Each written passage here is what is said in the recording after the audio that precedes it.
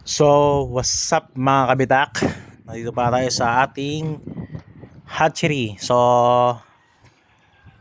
bigyan ko lang kayo idea mga kabitak. So, eto, itong tips na to mga kabitak para sa mga gusto mag-start ng pag-farm ng crayfish. So, sa akin, ang mga importante talaga na kailangan sa pag-crayfish is, una-una is water quality. So, dito meron pala tayong fresh water master kit. So ito ang gamit natin na fresh water master kit, happy. So ayan, tapos mga test tube, then meron din tayong test kit, electric test kit, then timbangan, kailangan din yan pag tinitimbang natin ang ating mga breeders.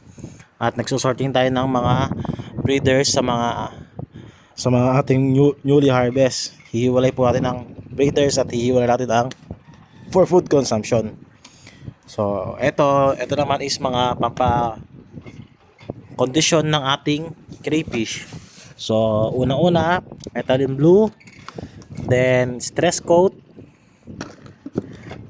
tapos mga nitrifying bacteria, yan, Romax solution, hindi po sponsored lahat yan.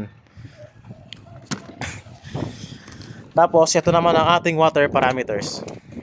So, screenshot nyo na lang mga kabitak. So, ito pala ang ating breeder pans. So, tatlong male lang yan. Ito 7 inches na male. Tapos, yung dalawa 6 inches na. Ito sa inyo ating 7 inches na male. Ayan. Ayan, 7 inches yan mga kabitak. Malaki pa sa kamay ko yan. Ayun o, tuto. Pababa ko pa. Malaki yan kabitak. Baka maipit tayo. 7 inches na male yan. Tapos ayun, filtration system natin hindi pa gumagana dahil ala pa tayong malaking solar, pero itong aerator natin yan, lahat yan solar. Ayun na, solar na aerator. Yan, ayun yung pinakano nya, nasa ito yung kabila. Ayun yung panel nya, dalawa lang, maliit, pero 24 hours gumagana yan dahil 22,000 milliamperes ang battery capacity ng ating aerator.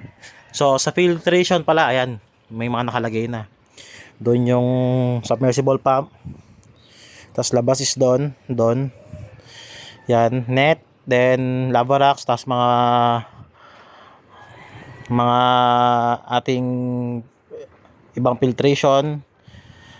Net din, tapos ayun. Ayun naman